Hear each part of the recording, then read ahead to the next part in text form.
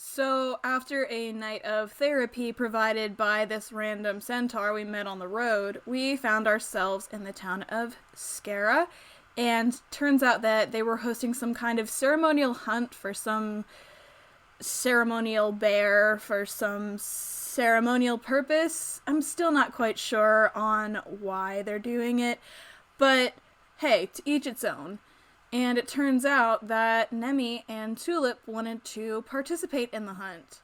So, as we're all standing there watching our little girl go off to hunt a fake bear, we overhear a tribal leader talking about something. So, naturally, my curiosity was piqued and I decided to follow Caressa into the winery, where it turns out some kind of wild animal sort of curse maybe affected some random satyr, and then he turned into this monster called He Who, apparently. His name before was Markian. Why he's called He Who is beyond me. I think some creative liberties were taken there, but in all honesty, I think that we should probably find this thing because it's in the woods, and you know who else is in the woods?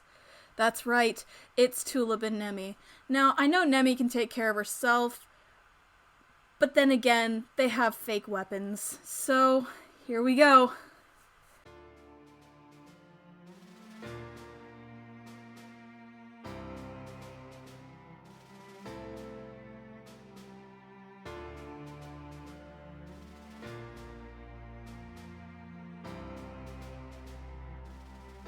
Hello and welcome to the Maidens of Mayhem podcast. My name is Gabby. I will be your DM. We are a heavy roleplay D&D podcast. Oh, I don't have any announcements this week. That means I'm supposed to have a fun fact, and I didn't think of anything. Call back to a previous episode where I said that I bought raw dice from Kraken and hadn't touched them. I have since touched them, and most of them are sanded down and painted, and they are beautiful, gorgeous little Halloween dice sets. That's all I got. Well, good on you for the dice. Hi guys. My name is Molly. I play Alessandra, who is a Dhampir rogue. Fun fact about her, Dhampirs are now officially part of D&D Beyond, so Alessandra has had a extreme makeover vampire edition, and I am very confused as to how this is going to work out now. So, that's her fun fact. She's just a totally different person now because of D&D Beyond. Lovely. I mean, she's still a dumbass, but like... Hi, I'm Morgan. I almost said Alessandra. I play Alessandra. I play Vesper Aurvandall, human cleric of Twilight, under the deity Celestian. Fun fact, just made up like 5 minutes ago about Vesper, is that as a child, her parents didn't make her go to etiquette school, but she wanted to go to etiquette school herself. I think that makes me more confused about Vesper, but moving on. A strange child. Honestly. Hi guys, I'm Mikhayla. I play Nemesis, and every once in a while a squeak from Waffles McButters, maybe a grunt, a dirty look. I don't really have a fun fact for Nemmy, but if everybody could just like pray to the D&D gods to help me find my D&D bag. I've lost it and I don't know where it is. I moved, I can't find it. It has all my dice, it has all my notes. So today I'm going to be rolling off of my phone. Thank you, D&D Beyond, in your auto dice. So maybe I'll actually roll pretty decent. I don't know. So, but if I roll bad, I'm just gonna blame it on not having my dice. So there is my fun fact. Hi guys, I'm Diana. I'm so glad to be back again playing my favorite druid centaur, Jilly. And I guess a fun fact about her is that early iterations of her were heavily inspired by Steve Irwin, but then I realized very quickly that I cannot do an Australian accent to save my life. No. I can't really do a southern one either, but it's a little bit closer. So that's my fun fact. I love the idea of her having an Australian accent, though. I love it. But the southern hospitality, the bless her heart, like all the side little things, like that's so Jilly now. She just like pulls out a bloomin' onion out of nowhere. From down under. Jump from down under. No. It's not a bloomin' onion, it's a Vegemite sandwich. Okay, you know what? I'm an uneducated American. It's a bloomin' fucking onion. Okay, shut up. Wait, you haven't heard that song from Men at Work? I have the heard meme? that one. That's iconic. He's like, gives her a Vegemite sandwich. No. Apparently Okay. Vegemite is real gross. So, That's what I've heard. Well, to begin with, I figured we should probably get Nemmy and Tulip onto the same time as everyone else. So let's do what would have happened during the hunt that we didn't get to address before when Mikhayla wasn't here. So, it just struck noon. You have been told that you can begin the hunt. The first roll I would like you to do, which I guess I should explain how this is going to work. So basically the hunt is a series of ability checks and challenges. The first ability check I would like for you to roll, and I will be rolling for everyone else participating, which there are 3 centaurs you're up against, by the way. For a reminder for our audience, as well as just to let Mikhayla know, the 3 competition that you are against, centaur-wise, is Azul Pegasus, who is the 2-year reigning champion of being the headhunter. He is the head council member's son. No one seems to like him because he's a little bit of an arrogant asshole due to, having this crown currently. Then there is Chartreuse Swiftfoot, who is Wenge's younger sister that you met because you thought he was a waiter when you guys first arrived. Oh, that's Wenge's younger sister. That's Wenge's younger sister. And then we have Little Merlot Wanderer, who is like a 12-year-old centaur. Like he's still like a foal because he's young, he's a kid.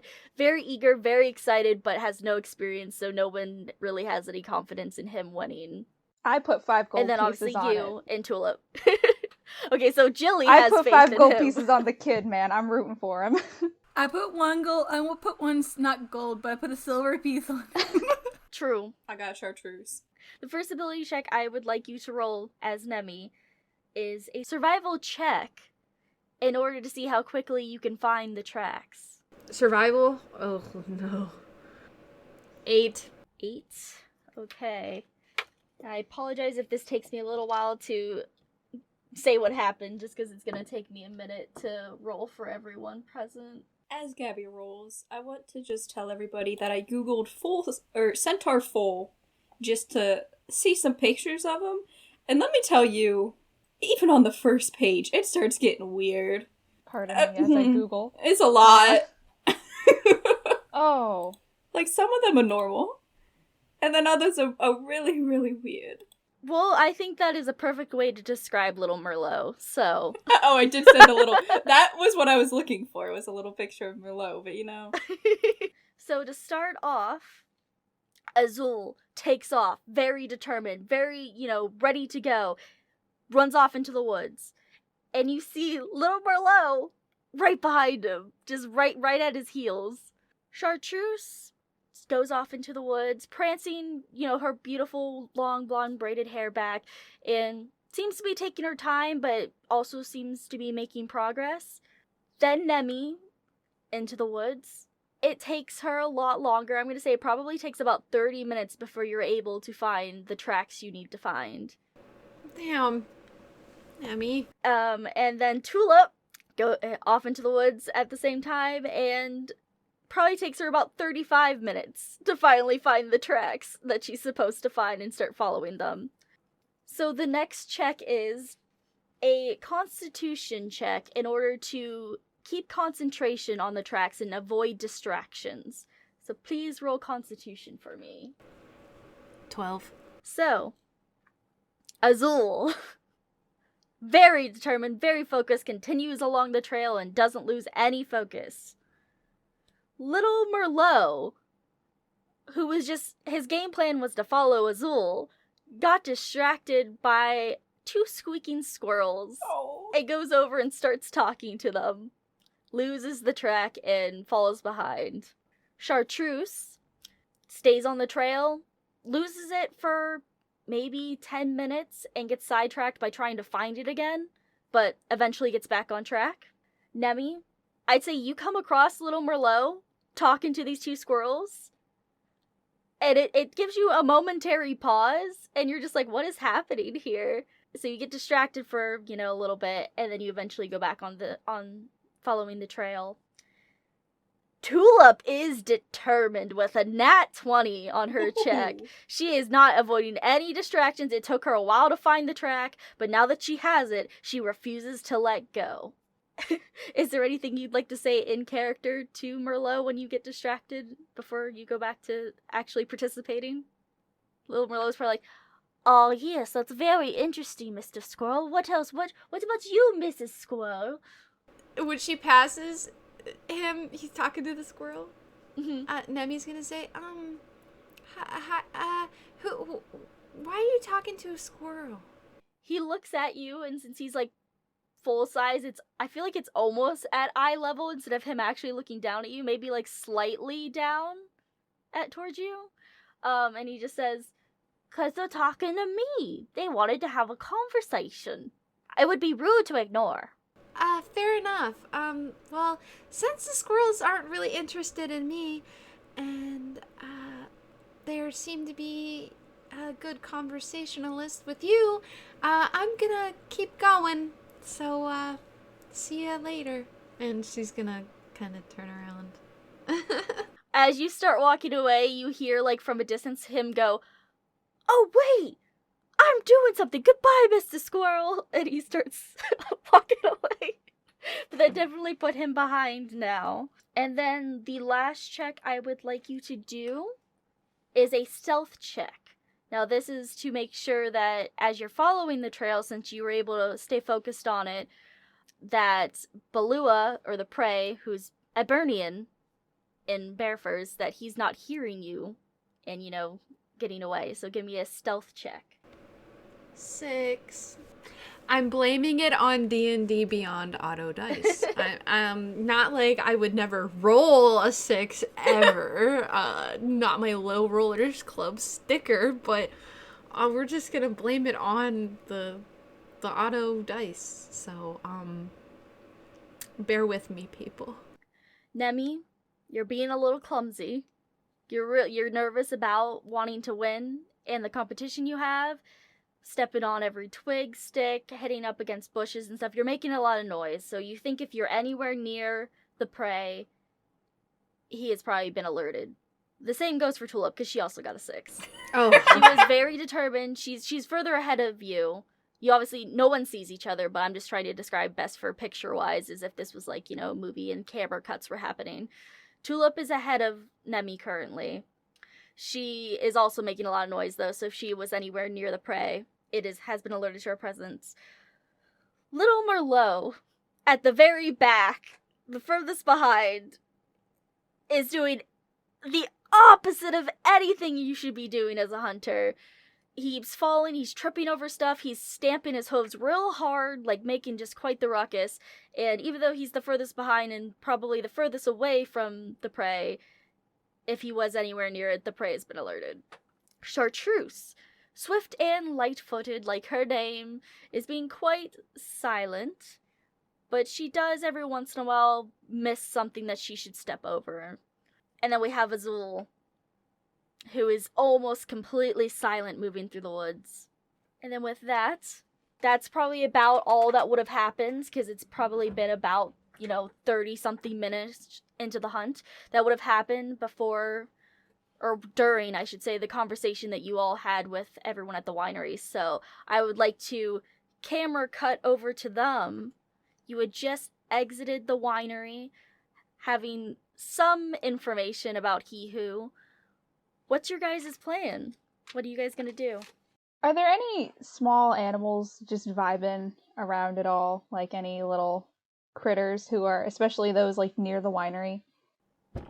No. Crap! Surprisingly, no. What? There usually is, but for some reason, none of the little creatures that come in and out of the town are always around, ready for a chat. There are none around, and that's because I got a nat 1. Oh no! The only thing I couldn't have rolled. Dang it, okay. But you would find that suspicious. Yeah, this is, alright. Y'all, this is very strange. There's usually all manner of creatures around here, and I was gonna ask one of them for direction, because one of them must have seen something, but there don't seem to be any around. Would you be able to talk to the ones that are back around your house? I was just trying to see if, like, any of them saw anything right nearby to point us in, like, an immediate direction. Yeah. When we were down in the basement area looking for clues, was there just the one way in, and did he take the same way out? Well, the only person who went down there was just you when you were invisible, and there wasn't really ever an investigation, but what you remember is you know that there are the stairs up and out of the cellar, like normal, and then there was a tunnel. But like I said, you didn't investigate further because then you started talking to Caressa. Alright. Maybe we should go back in and see where the tunnel leads. Sure. Yeah, we should probably see if we can find maybe any tracks, because it's been a few days, hasn't it? No, this just happened. I feel like maybe a few hours ago. It's halting the creation of the festival, like the feast. So it's So he okay. just came okay. back. I understand in my mind. Alright, so you guys go back in.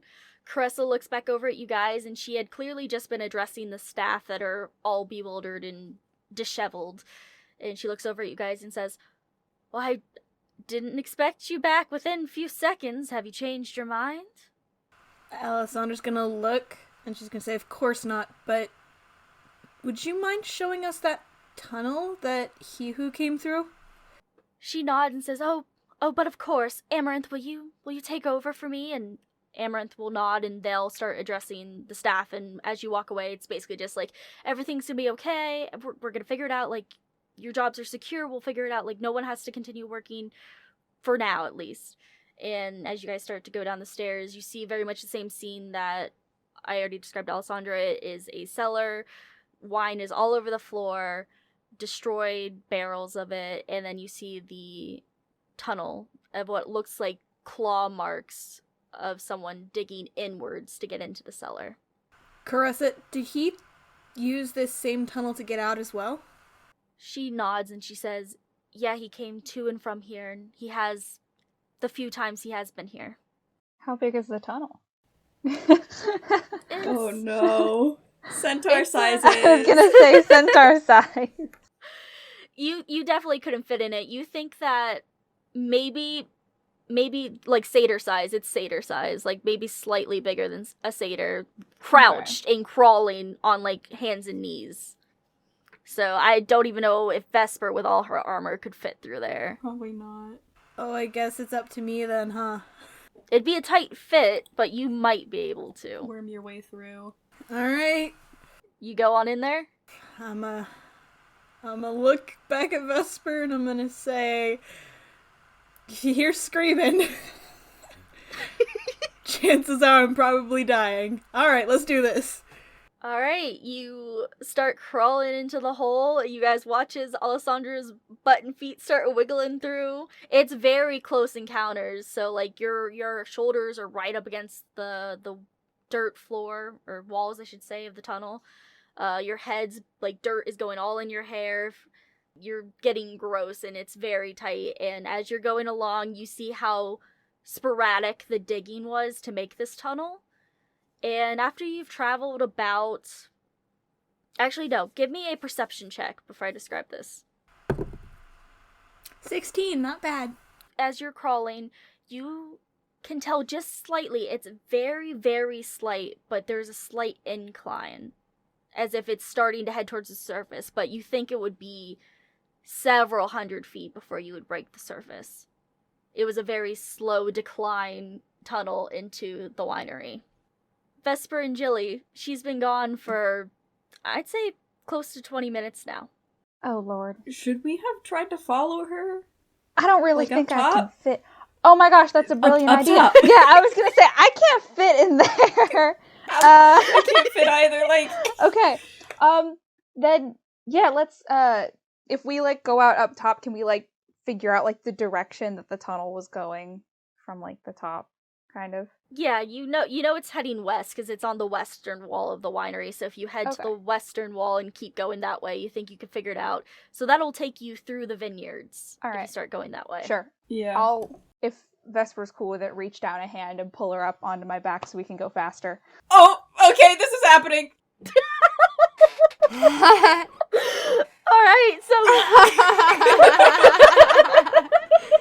And I turn around and I go, hold on, and fucking...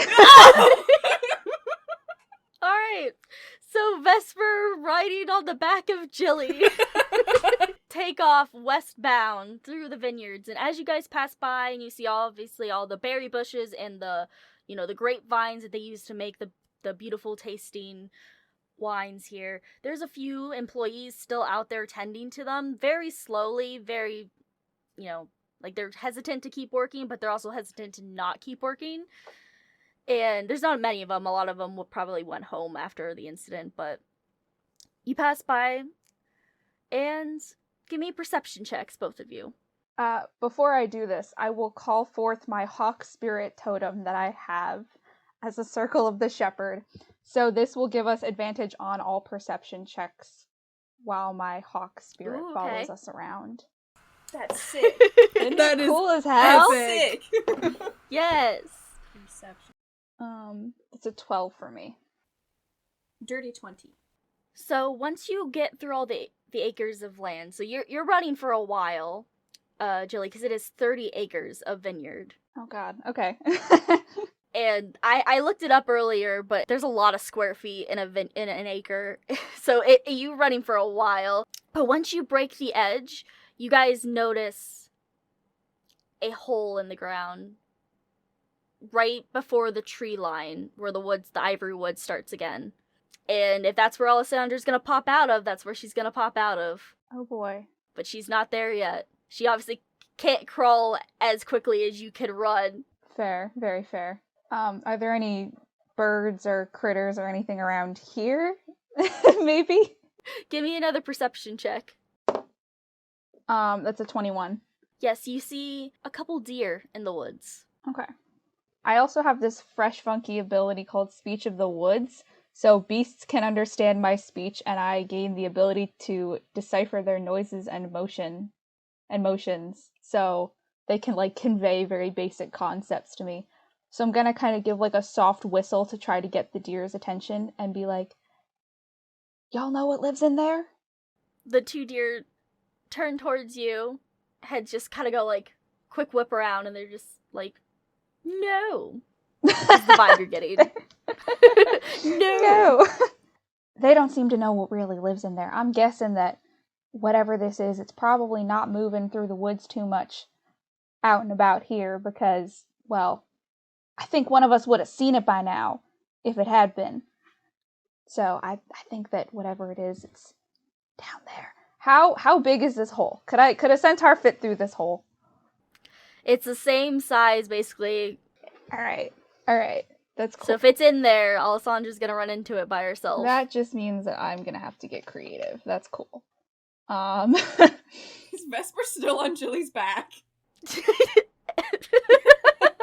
Because it's totally that, riding a motorcycle and you just, death grip somebody. Hair just all over the place. She's never ridden a horse or anything before, so, scared out of her mind right now. So you just, gripping onto Jilly's back really hard? Pretty much, feeling how fucking tight around the waist, the death kinda, grip is. I'm like, you Yeah. alright back there? Was I going too fast? It's fine. Okay. Oh, we're good. But I don't believe her. I her, don't think but- it's good that Alessandra's alone down there. I think you're right. Very shakily, slide off of her. Just because you're kind of freaked out, give me a dex save Don't to make see if me you do land on this. your feet. Don't make me do the save. Yeah, dex save. 10. I say you almost fall, but you catch your balance. So, you land on one foot and you start hopping, but then you gain your balance and you stand upright. Okay. Alessandra, you have dark vision. Give me a perception check. As you're continuing to scoot forward. Awkward army crawl, because it's real tight. 19! How far does your dark vision go? I believe it's 60 feet. So, as far as you can see, a whole 60 feet, it's just more tunnel. More of what you've been doing for the past... I honestly don't know how long it would have taken Jilly to get to the hole, to be honest. I don't know, would that have been I don't know, she was hoofing it, so, I know she's fast, but that was also 30 acres of land to get That's there. also, yeah, I mean, I think centaur speed, it's like 40 feet per whatever. Like, that's like the base walking speed, so. Are you doing the math first, Morgan? Yeah. Okay. It might take me a second, hold on. That's okay. I'm just trying to figure out time frames, because that will also tell me how much I should do with Nemmy and Tulip of what would have happened as time passed over there. Mhm. I also wanted to, as I'm doing this real quick, shove my head into the hole if I can, like an ostrich, and see what I can see down there. And it's also kind of like to ground myself, quite literally. Okay, we're good. I know you have dark vision, but how far does yours reach? 300 feet. 300? Mm-hmm. Also give me a perception check then. Okay. Oh, nice. 22. Correct? Yeah. 22. Oh, wait, I have advantage. Hold on. Because the totem's still up, right? Yeah. Just take the 22. Yeah, I'll take the 22. That was a 2. Alright, so for 300 feet into this tunnel that you can also now see slowly just goes downwards. Complete darkness, pitch blackness, you don't see Alessandra yet. Can I up my scooting speed? Give me a dex save to see if you can. Because it is very, tight quarters, like I said, so you might not be able to, but she's quite dexterous. 17. Yeah. 17? You're able to scoot slightly faster. So instead of, because literally it's so small, you probably were only going, 5 feet of movement, per 6 seconds. That's how slow down your speed would have gotten. I'm gonna say you probably were able to double it. So you're going, 10 feet every 6 seconds. What's your speed, Diana? 40 feet. Doing the math here, hold on. She's just inchworming her way. Just through the tunnel. Basically. Because if I'm thinking correctly how long this might take for her to get all the way through, you're not, I don't even think she's halfway yet. Oh, God. It's quite a long tunnel. Maybe I can flush him out if he's in here, because she's also very good at scaring people. Also true. Are there any signs around, the outside of this that, something maybe came up and out recently? Does the ground around it look, immediately disturbed or anything? Give me an investigation check as you start looking around with Vesper's head in the hole. Okay. Cool. If I'm scooting for no goddamn reason, I swear. It's an 8. It's not great. You look around, you look at the ground, you go towards the tree line, look at some of the branches and stuff. You see that there's definitely things that have moved through here, but it could have just as easily been the deer that just passed by that you talked to. True, very true. I'm not sure if I did this math right, because it says about 1.5 minutes. It took her 1.5 minutes to do that? Yeah, but that seems really fast. Yeah. We're gonna guess Probably this. 10 minutes, I would say. I'm just gonna say it takes another 20 before you see Alessandra, just to move the story along. The math here could be completely wrong, but I don't have the capacity to figure that out right now. I need to think about it more. You're fine. We're just gonna move along. 20 minutes pass, and you just see Alessandra finally making it to the top of the hole, crawling out. Dirt all over her face. You didn't see anything. Or anyone. There was no other branching paths of the tunnel. You just crawled the entirety for no reason. And you see Vesper and Jilly standing there, looking at you. Have a good time down there? Shut up. But I just imagine Vesper sitting on top of Jilly, just looking down on Alessandra because she can now, just purposefully just looking down on her.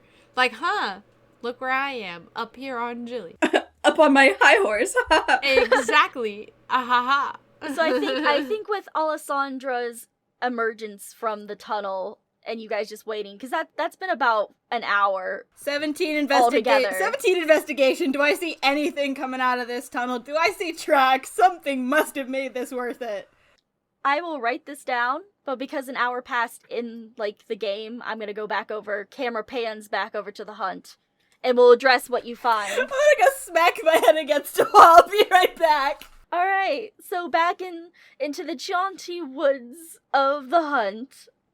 The next check I would like for you to give me, please, is another survival check to stay on track. Ooh! No way. 24. Ha ha ha! Ooh, okay. That was a nat 20 plus 4. Thanks, auto dice. Nemmy, you quickly stay on track. Keep following it. You know exactly where you need to go. You're like looking ahead, so you're seeing where you need to overstep and all this stuff. You're getting there. You're getting places. And you notice as you're getting places, you pass Chartreuse and Azul both going the wrong directions. The only person you do see ahead of you, because you are paying attention where you're going, is you do see Tulip. Tulip is still ahead of you, but you're catching up, but she is also still on the right track. Everyone else is going the wrong way. Little Merlot, he's been left in the dust. He can't find the tracks. My buddy! He stopped for those squirrels, and that completely screwed him over. The next check I would like you to make is another stealth check to make sure, you know, you're being silent as you hunt. 21. All right. You are definitely being super silent, but because of Tulip being ahead of you, she is kind of making a little bit of noise. She's not being terribly noisy, but there's just a couple sticks that she steps on that you think that if you are near the prey, that it has been alerted to your presence. And I'm not even going to describe what the other people are doing because they're not on the right track. So I need perception checks now. For you and Tulip. Come on, auto dice. 13. So you're really focused on the tracks, and you don't see anything ahead of you, other than Tulip. But Tulip stops, gets behind a tree, takes out her fake bow, and is going to take a shot at something that you can't see yet. Oh. But I think Nemmy could probably assume it's the prey, because what else would she be shooting a fake bow and arrow at? Well, I wouldn't put it past Tulip. Tulip fires the arrow, and then she runs forward. Actually, that's going to go ahead and lead to her being in battle. So I will allow Debbie, you run forward, and you see Tulip is up close with this centaur dressed in bear furs, and got knocked over by her arrow, playing as his role. Let's see if she can whack him in the weak spot. She misses. The prey gets to its feet and claws back at Tulip and hits her. So she now has one hit against her. She gets one more attack, possibly. She misses again. And he hits her again. She is close to being completely out of the competition. She goes for it again. Misses! Okay. He hits her one more time. Tulip falls to the ground from the last fake claw mark to the chest. And she just falls down defeated on her knees. She's out. She's been quote-unquote killed by the bear. And Nemmy, you watch as the prey takes off into the woods, so you'll have to track him again. Tulip looks back over at you because she heard you following her. And she's like, I tried. And she gets back up off of her knees, heads over to Nemmy. And if Nemmy wants to say anything. Nemmy's gonna give Tulip a hug, and she's gonna say, "It's okay, Tulip. Sometimes we all just have our bad days when hunting. Trust me, I've had my bad days before. Remember when I tried cooking everybody breakfast? Yeah, that didn't go so well. But that's okay. We'll all do better next time." Make a persuasion check to see if this lifts her spirits at all. Okay. 4. It's okay, she got 3. Okay. So she just has the slightest little smile when you say that and remind her about the eggs, and she, hugs you back and she says, "That's true. Good luck, Nemmy." And she starts heading back into town. Oh, okay. I love how she was just like, it's alright. Like, she doesn't say, like, "Oh, it's okay, Nemmy." She goes, "True." Like, True, yeah. That's such a teenage Tulip. response. Like, that is the most teenage response ever. Oh, mood. Mood. Alright, Nemmy, give me another survival check to see if you can find the new track since he ran away. 22! Dude. Alright, so Nemmy, since you literally like watched the way that he ran off of, you were able to find the tracks, keep track of them and follow them, and you are right on his tail. Like, not where you can see him yet, but you know, you're real close, and you think wherever he's gonna stop, you got the best chance at having the next go at him. You hear behind you, Chartreuse has gotten back on the trail, and is probably like in the area where Tulip fought him, and like it's like, oh, a skirmish happened here, and she's looking around, she's like, okay, now which direction do I go? Little Merlot is finally getting on track. He's finally getting focused. He gets to the point where he's almost caught up with Chartreuse, so he's like in third place right now if we want to go like that. Azul is also figuring out that he was on the wrong track, that he got distracted by some other like hoof marks, followed a deer or something like that, and then starts heading back. And he's the furthest behind right now. Nemmy, give me a stealth check since you're right behind him. 22 again! Alright, you see him in a little clearing, like a little tiny clearing in the woods. He's not facing you, hasn't noticed you. You get a chance to shoot your shot before he notices you. Like an attack round, if you will. Oh, Shoot I'm that shot. scared. I'm scared. So I still essentially roll to hit, or? Yeah, you'll basically Okay. roll to hit, so you'll add your attack bonus to it. You just, won't be doing any damage, or won't have to roll for any Got damage it. or anything like that. 17. 17? That will hit. So your Nerf arrow, basically, the medieval Nerf arrow, flies through the air, hits him in, the back of the butt. He has to go down, so you get another extra attack for free. Oh. So go up with, your sword, your fake sword, and roll. See if you attack. Literally another 17. 17? That will hit. You got one hit against him. Ah! Nemmy's doing a warrior cry right now out in the woods. Victorious, she screams out. So he gets the chance to try to stand up and claw back. As he does, he got a nat 20, so that will hit her. No. But it only counts as one. So you got one hit against you. If he hits you 2 more times, you're out. So now it's your turn to attack. 7 will not hit.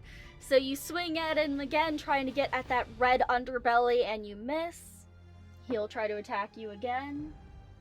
That is a 21 to hit, so I'm assuming it does. No! 2 hits against Nemmy. Nemmy, go ahead and make another attack. Nat 20. Nat 20, okay. So that's another one on his tummy. She's like taking her fake bow and arrow, and she's like, He is once again going to try to claw at you. That's only an 8 this time. You're still alive. Make another hit. 16. 16 will hit. 2 more and Nemmy wins. He's gonna try to claw at you again. It's a 17. With a third and final blow, he knocks Nemmy down. 3rd hit, she has been disqualified and he runs away. That's bullshit. Honestly, that's bullshit. She was so close. I She thought had was. a chance. Come on. Her spirit is crushed. She's proud of herself though, but she's still depressed. So Nemmy, an hour into the hunt, you have been killed essentially, and you start heading back into town. She's just glad that she lasted a little longer than Tulip. No shade. No tea, no shade, Tulip, but Alright, and no! then I'm sorry, I'm so upset. It's okay, Where's you my got so dice? close. I want my dice. I'm sorry. You got so close though. If he true. hadn't hit you, Yeah, you would have been good. true. Alright, so as Nemmy's defeated heads back into town, we'll camera pan back over to Jilly, Alessandra, and Vesper. Alessandra, you got a 17 on your investigation check, correct? So as soon as you come out and you realize you did that for nothing with the dirt caked on your face and all over your clothes and armor, you just look around at the ground and you do see that the dirt that probably would have fallen off of the creature of he who leads towards the woods, and you can see like some of a path, at least at the beginning of the woods, where he continues westward. She's gonna start marching and following that, not saying a word to Vesper. She's laughing. Alright, so the three of you start into the woods. Alessandra, give me a survival check to see if you can keep these tracks. Her survival check has gone down since we've last met. Oh, but honestly, not bad. That's a 17. Okay, you definitely are able to stay on the track of this he-who, and it takes you to a break in the trees where there's a little bit more of a rocky area, like there's moss and bushes and stuff still there, and some grass, but it definitely a change in the scenery, and there's a little bit of a rocky stream, and you see this horrifying hunched over, overly muscled, like his back has gotten huge, hunched over the stream satyr, or at least what used to be a satyr. That man ain't right. It is facing away from you currently. What do you do? Are we all behind her? Yeah, I assume you guys probably like walked in a line and followed her, so you two probably don't see him yet. But Alessandra does, and he has not taken notice. She's gonna reach out and stop the two of you and nod in the direction of the creature. You now also see this horrific monstrosity that was once a satyr. Ripped clothes, hunched over the water. You can kind of hear it like breathing really heavily, like as it's getting water out of the stream. It's like those little kids that drink water and they're like, I can't breathe because they're drinking so much. And they're literally like, I just That look ain't at it and I right. go, just that boy ain't right. That boy ain't right. That boy ain't right. I just kind of quietly whisper, "Oh Lord," and I cast Bark Skin on myself. I'm anticipating a fight here, so armor up. Okay. Do I see any trees around him, or do I see a path that I could take by using the trees to possibly get the jump on him?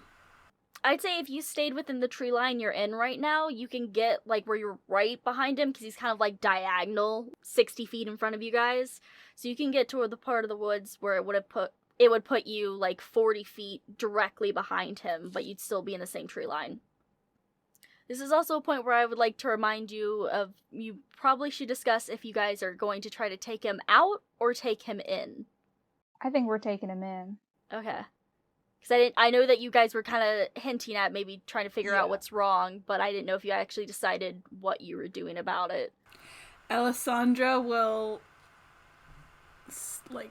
she'll lean up next to Jilly and whisper, "Know of any herbs that might be able to, paralyze our little friend here?" oh my god. Oh. Do I? That's a good question. Not kill him, just remove his faculties to make it easier for us to hog tie him.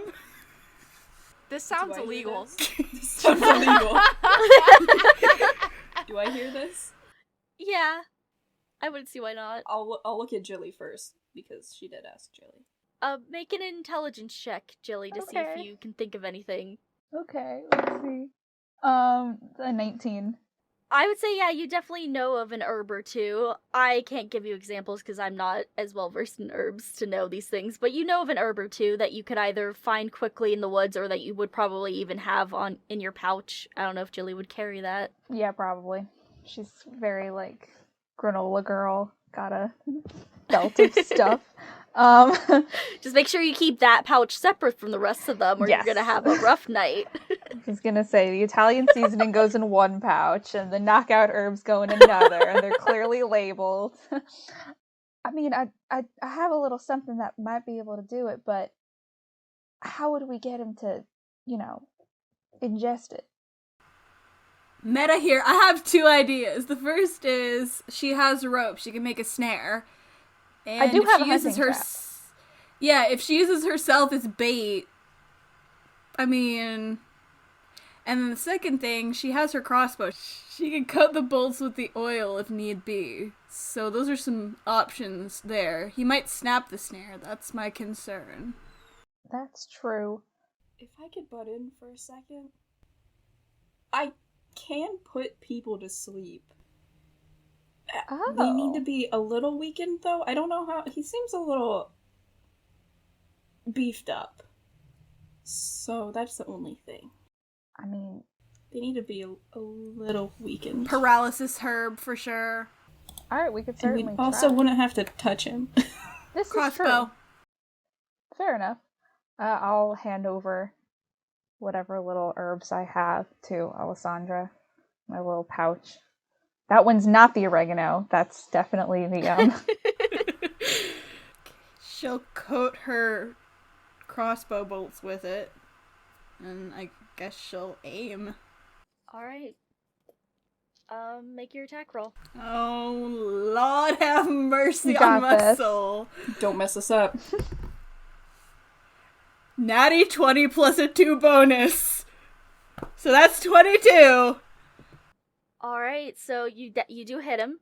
The arrow goes right into his back, and you just hear a "Hoo!" as he arches back with the bolt in his back. Obviously has alerted him to your presence. And it wouldn't be an instant effect, I wouldn't say. It might take a moment to get into his bloodstream and actually, take him down. I'm also gonna see if that would have been a good enough dose, but we'll address that as the time comes. But he who turns and he's got, his back hunched and his hands, in a weird, mangled claw, and he turns back and he looks directly at you guys. And he goes,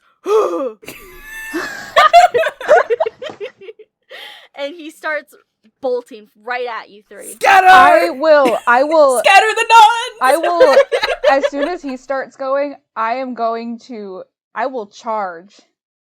Because that's a You will thing charge centaurs too. can Pull him do. over! Okay, let's roll initiative first to see who would get to who first. Okay. Did he take Because damage from the arrow? Oh, I don't. Oh yeah, he would have taken I damage. didn't roll Okay. damage. That's on Yes, me. sorry. I just rolled to see how quickly it might put him to sleep. That is a 3 damage. 3 damage. Okay. 3 damage. Alright. 3 damage. Did you double that? It was a nat 20. Oh, right! I didn't double your that. roll dice. Okay, hang on. Okay, what you rolled. so in that case, that puts us at 5, 6, 7, 8, 9 damage. Did everyone roll for initiative? Mhm. Yep. 20 to 25. 15 to 20. What'd you get? 15. 18. Ooh!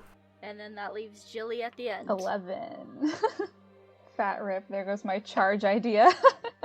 I mean, that could definitely still be your first action, but you're at the bottom. You're the last to react. It'd be like So, that. Vesper, he who is charging towards you, he was 60 feet away before. I'd say before we rolled, he probably got 20 feet, so he's 40 feet away now.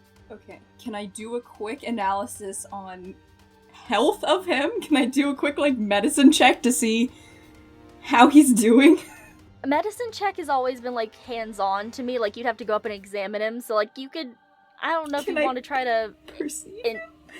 perceive how strong you might think he is. Yeah, give me Yeah. a perception. Okay. Do I still have advantage? How long does that totem last? It does not last very long. It lasts 1 minute. It's definitely meant Dang, to be okay. used in combat, but Dang, 12. That's one beefy boy. Beefy! Okay, Oh, I don't know what to do. No. You got any long-range weapons? Yeah, actually I do. I will first channel Divinity Twilight Sanctuary around us. So I'll slam my Warhammer into the ground and it becomes a little cloudy, a little twilighty around here. So what that means is that at the end of everybody's turn, you can either roll 1d6 plus 3 temporary hit points, or you can end an effect of being charmed or frightened. Okay. And it's anybody I grant it to, so if he comes into my circle, He don't get it. he don't get it. He Okay. ain't getting this. Very quickly, I'm gonna look and say, we're attacking, yeah? No, we're gonna stand there and make friends! I fire my crossbow at it then! Make your attack roll. Natural 20. Oh my god! Oh my Okay. God. Okay. Okay, hold This on. is going You're- really you're well. not messing around. No, we're not messing around. 18 points of damage. Ooh, Oh my damn! God. I maxed out. Like, I maxed that out. Is he still alive? Hold on, I have to do math. Oh no. I need a calculator. If I killed this man. Oh well. Oh, he's not dead. Okay, good. We just need to incapacitate Only time I am glad to hear that an enemy is not dead. And that's it for your turn. Yes. Hold on 1 second. I would like to... Yeah, that's it for my turn. Never mind. That's it for my turn. Next up is he who You! easily continues just as he's running towards you guys full force, is able to bridge the gap of 40 feet, and since he was able to see that Vesper hit him, is going to try to whack her since he can get to her in time with his, which I forgot to describe this, he is carrying like a giant tree branch, kind of like a club. Beautiful. So that's his weapon. I forgot to mention that as he was drinking water. So that is going to be an 18 to hit.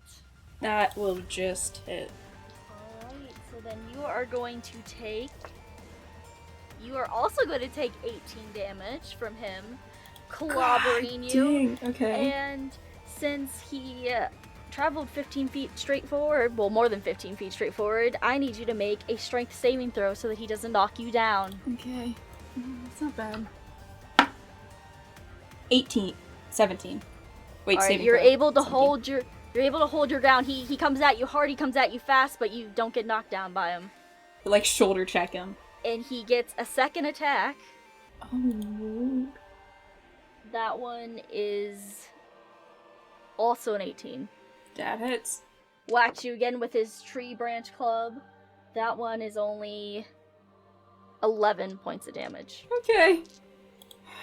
And that is he whose Woof. turn. That will take us to Alessandra. She is going to... She's gonna take another one of her dosed crossbow bolts, and she is going to run towards him, leap on his back, and plunge it into his neck. You could certainly try. Make your attack roll. I'm not even fucking kidding. That's an 18. An 18 will hit him. So you plunge the dosed bolt into his neck. Now roll your damage, and I'll see if that extra dose affects him. Would that be just another crossbow bolt damage? Yeah. Okay. Yeah, just the same damage. Alright, please, dear Jesus. That's a 6. He is still, as of right now, standing. She has 2 weapon fighting. She's gonna take her dagger, and she's gonna try and force it in his back as well. Okay. Let's give that a shot. That just leapt right out of my dice tray. It just boing. Okay, so that is a 15 to hit. That will not hit. Damn it. You were too focused on the bolt, and you just kind of fumble with your dagger. Right, and that'll take us to Jilly. Roll 1d6 plus 3 temporary hit points, Alessandra. Right. I'm here, don't worry. Alright, Jilly, what are you doing? Okay. So I am going to try to back up with enough of my movement so I can then charge him, and then I'm gonna whack him with my quarterstaff. So let's see how this does. Okay. Oh, fuck yes. 21 to hit. Yep. So That'll hit. yes, so bless it, because I charged, I get to double my damage dice, which is pretty Ooh, cool. okay. So that's gonna do Can't do math. It's gonna do 9 bludgeoning damage as I come up with whack. Okay. That will be my turn. Alright, back to Vesper. How's he looking now? Give me a perception check. Oh, Lord. As he's, like, right in front of you with Alessandra on his back. Is it perception or medicine, since I'm actually kind of close up on him right now? I'll let it be medicine since you're right there. Yeah. Dirty 20. 320. He's still pretty beefy even after all that. And he doesn't seem, since you're doing medicine, I would say he doesn't seem to have been slowed yet by any of the doses. This guy seems to be pretty gone on his constitution. You think it would take a lot more to put him to sleep. I just hate that it's dependent on how well I roll for it to actually work. From your medicine roll, I don't know if you would be confident in your sleep I'm spell gonna be right now. If confident it's in the it, sleep. 'cause he's If- taking. yeah. It is the sleep spell. And I don't have any second level spells anymore, so I am going to... Oh, also Diana, roll 1d6 plus 3 if you haven't already done that. Yes. That's You can either, and then also just to think, you can either keep it the next turn if like you haven't been hit, or you can re-roll it if you like rolled really bad. I will... Scheisse. Scheisse. I will attack him with my warhammer. Double-handed. Alright. Dirty 20 again. Yep. Oh god dang. 12 points of damage. And then I will cast Healing Word on myself. Alright. That will take us to He Who again. Who... I mean, he's right on Vesper, so he's going to attack her twice again. No! Not me! Panically, because Alessandra's like stabbing him in the neck, basically. So scared for his life. Alright, the first one misses because that was a nat 1, so he's just panicking. But the other one is a 17. That does not hit.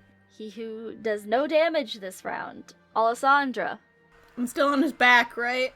Yes. I'm fine on health, so I don't need to, I'm not hungry, so... Fuck! Let's try and get him in the neck again with that dosed crossbow bolt. Alright, go ahead. And go with the dagger, too. We'll go double. Alright, so that is a... 17 to hit? 17 will hit. Okay. And that's a d6, so that deals 2 piercing damage, and then she's gonna go with a dagger just to follow up, maybe cause a little more pain, just to weaken him a tad bit. Whew, that is a 23. Yep. That's a dirty, so unfortunately I do not get to double roll, but I do get to use my favorite weapon, which is the dagger. That'll deal him 4 additional piercing. Okay. Jilly. Once again, whack. So that's gonna be a 16 to hit. Yes, 16 will hit. Okay. It's gonna do 5 bludgeoning damage. And Okay. yeah, it's my turn. Alright. Vesper. Back at the top. I'm muted. Still looking beefy. I mean, you can give me another medicine check as you're trying to feel him out. 8. Yeah, he still looks real beefy and even more frightening now that he's screaming and scared with Alessandra on his back. He's a threat.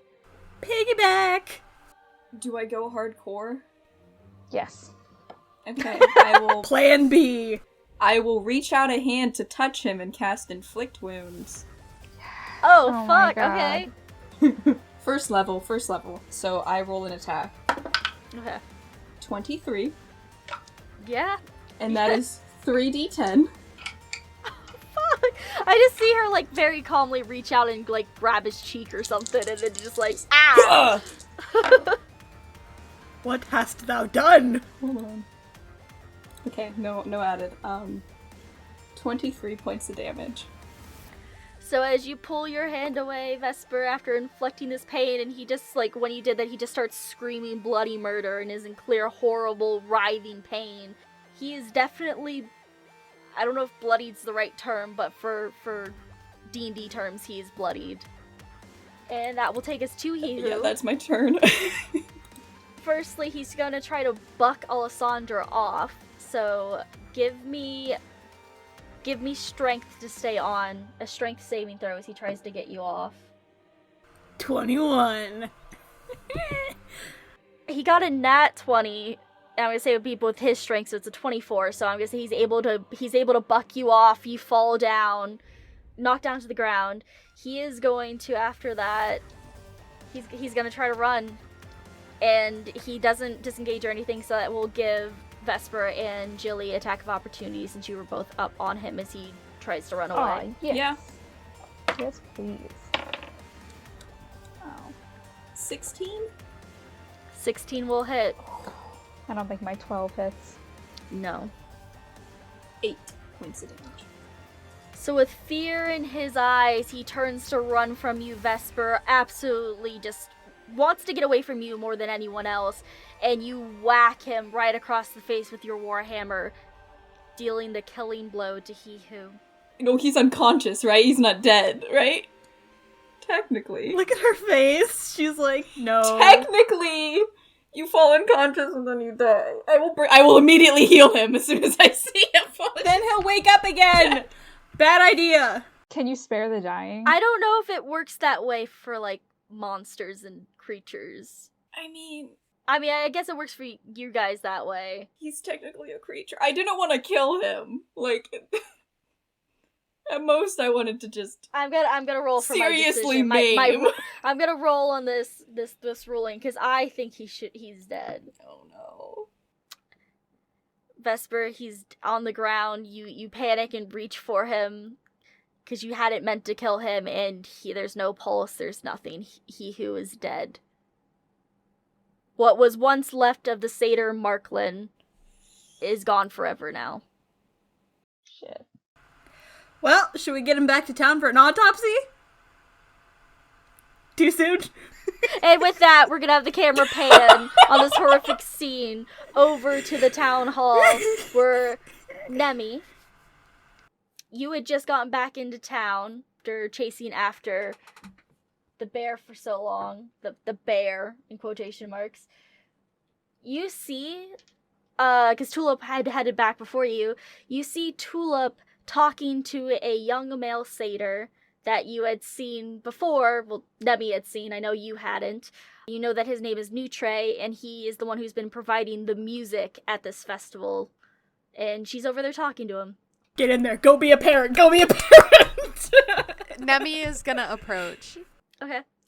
When you walk up, you can see now that, because they were kind of facing away from you, that they were kind of jamming together. She had her pan flutes out, and he's playing the harp, and they turn and look over at you, and then Tulip stops playing the pan flute. She's like, "Oh, Nemmy, did you not win?" Nemmy's gonna do a little sigh, and she's gonna hang her head just a little, and she's gonna say, "No, Tulip, I did good though. I really did, but you know, he got the last shot and got me, but I was close. We were both close. Good job again, Tulip." She says, "Oh, thank you, and I'm really sorry you didn't win. I'm sure it was close, and it would have been a great battle to watch." Nemmy's gonna kind of smile and nod her head a little bit. She's gonna say, "It was. We both tried. Also, Tulip, who's your friend?" She looks over at Nutre, and Nutre looks up at you as he's still strumming the harp, like he hasn't stopped playing like she has.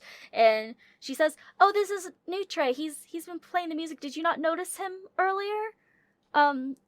We were just kind of jamming together, I guess." Nemmy's gonna not really know, but she's gonna be like, "Oh, yeah. Hi, nice to meet you. I'm Nemmy." Nutre will say, "Hi, Nemmy. My name is Nutre. Are you another friend of lovely Tulip's?" With that, Nemmy's gonna...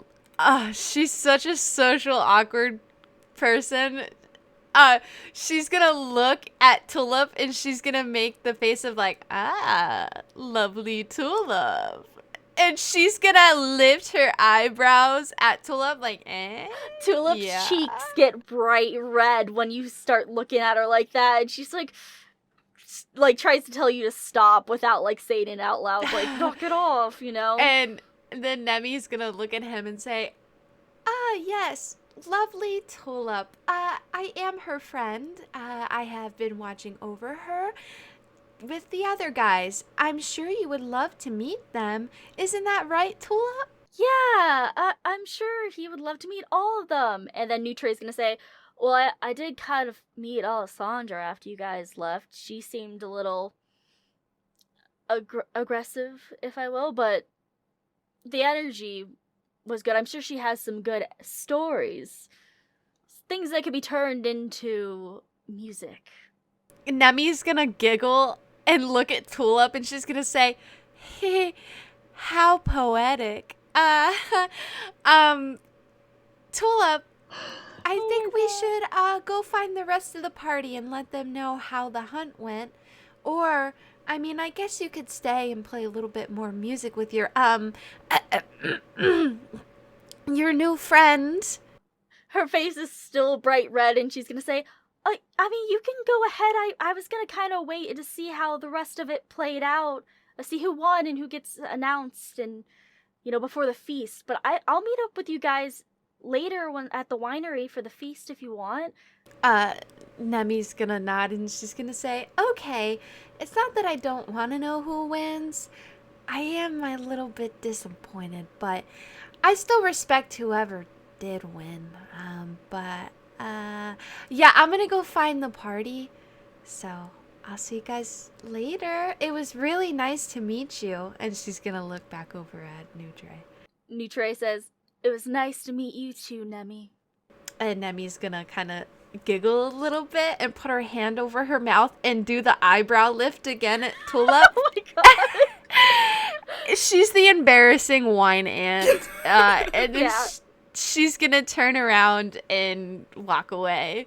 Alright, Nemmy, since you're gonna try to find the party now, give me a perception check to see if you can figure out where they might have gone. Oh no. At this point, she's probably looking in her bag to see what Waffles is doing while she's kind of walking. And he's probably just chilling in there, not really giving a shit. Come on, Dad. Oh, 11. So I'm guessing you don't really have a whole lot to go on. You were kind of expecting them to still be around here, like in the town hall area where this little festivities were going on, but they're not here.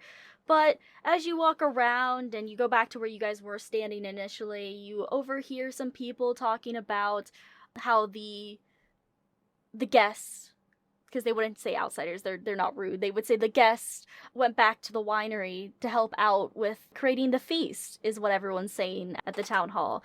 So you would assume that that would be your friends and you would head towards the winery. Okay. So the winery is the first fully structured building you have seen. It's actually made out of like wood, stone, and stuff. You go in and you see like the staff of this winery all just kind of sitting down. They look like they've been through something. And this one centaur looks over at you that's dressed very cleanly. They're just like, I'm sorry, you can't be in here. We're winery business. Okay, but I do have a question.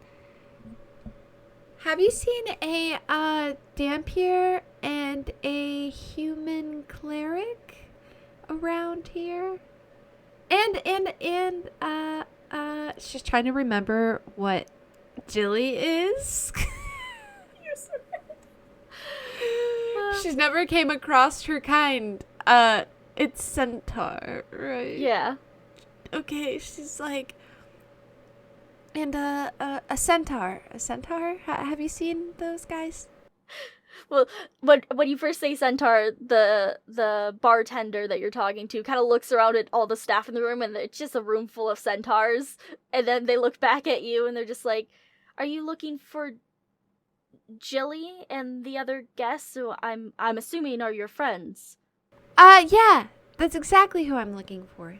They think for a moment, and they seem to be wrestling with something in their mind, and they're just like, well, your friends are kind of doing a mission for us, so to speak, but I'm sure they might need your help. So they're westward. They went past the vineyard.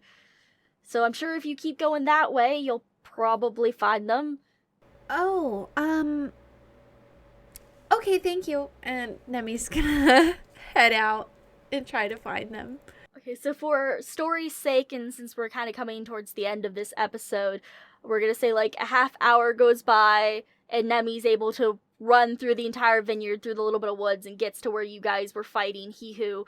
Is there anything you guys would have said that you would have done in that half hour? Or, like, would you guys have been coming back with the body to where maybe she met you halfway? What do you guys think you were doing as she's heading towards you? It's gonna take her a little bit.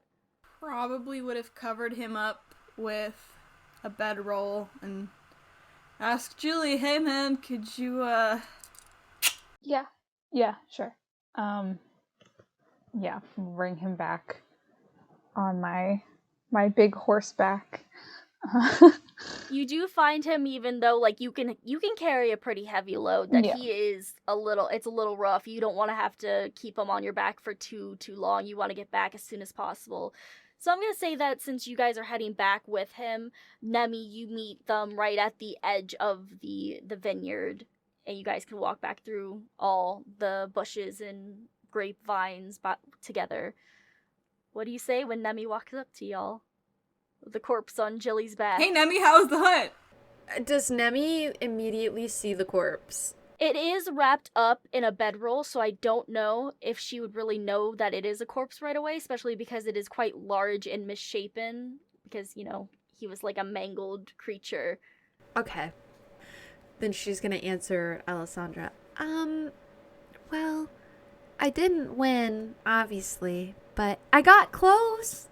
I shot him a couple times, but he shot me first, and I lost. But I tried, so it was alright. Waffles is kind of proud of me, and she's gonna open up the bag, and he's just gonna grunt at her and do a little, like, wheek. And he doesn't care. He literally doesn't care. That was him saying that he literally could care less what Nemmy was doing. So. Alright, then I'm gonna say, since no one really addresses what's actually on Jilly's back, you guys just start walking back towards the winery together, and that's where we'll end it, and we'll address that next Vesper time. is not looking at the body. She's not looking at Jilly. She is just straight ahead. Okay. Alright, so that's where we'll end it. Damn it! So how y'all doing? I feel like Morgan's very, very traumatized in a way. Yeah, Vesper, I had a realization and 100% know how Vesper is reacting to this, so it's not I'll be good. interested to see that next time. It's not good. Nutre has no idea. God, Nutre! Yeah, I know, Y'all Mikhayla's don't like, know. they haven't even gone on a date, and she's like, come meet the parents, like... I was not aggressive. I was actually sickeningly polite for Alessandra. Okay, Which is still aggressive. Still aggressive. I'm gonna have a talk with that little shit. Well, Nemmy left her alone with him. We'll see how that plays out. Nemmy had to embarrass her first, though, without meaning to. Nemmy didn't mean to embarrass her, but she totally did. I love it. I love it. I'm just excited that we get money. She just said take care of He-Who. She didn't say spare him or kill him. I just think Alessandra's more in it for the monetary gain here. I don't know how much he could be saved from this form. We might have to sneak him around the back. Just Yeah. parade through Skerra with a body on Jilly's back. Thank you all for listening to the Maidens of Mayhem podcast. I'm Gabby, and I've got some extra info for you all. Stay until the end for a blooper from this episode. The next episode of Maidens of Mayhem will air on April 21st. Join us for a very special bonus episode run not by me, but by our very own Molly. If you didn't already know, our group is doing something special every 10 episodes in which one of the players runs a one-shot for us. The DM will alternate each time. It's a great way to learn to DM and see everyone's different styles, and give the Forever DM a much-needed break. Feel free to try this out at your own tables. Follow us on Instagram at Maidens of Mayhem Pod for weekly Meme Mondays. The entity that runs our Twitter has been a little nicer since Jilly has been around, so be sure to follow it at Maiden Mayhem Pod to thank it. We'd like to thank our special guest Diana for joining us as Jilly Joyce, the Centaur Druid with Southern Hospitality. You can find her TikTok at Aspiring Stragonona. The link is provided in the description. The music used in this episode can be found at silvermansound.com and was written by Shane Ivers. The songs as they appeared in this episode are as follows: Voyage of Discovery, The Fall of Heroes, and Conquer. Links to these songs are provided in the description and are free to use under the Creative Commons Attribution 4.0 International License. Once again, the next episode of Maidens of Mayhem will come out on April 21st. Thanks for listening and see you next time. Was that a call out on the DM for the creative liberties? That was more than Alessandra being confused about the whole he who name. It's goofy, but it's like really threatening at the same time. Does that make sense? Like if a kid's like, oh, my imaginary friend, Mr. Gordy, and then you're like, who's Mr. Gordy? Like, that's not normal. Like, that scares me a little bit. Alright, understandable. I'll accept this. Like, I'm honestly scared as to what you have cooked up. Like, I've been stressing all week.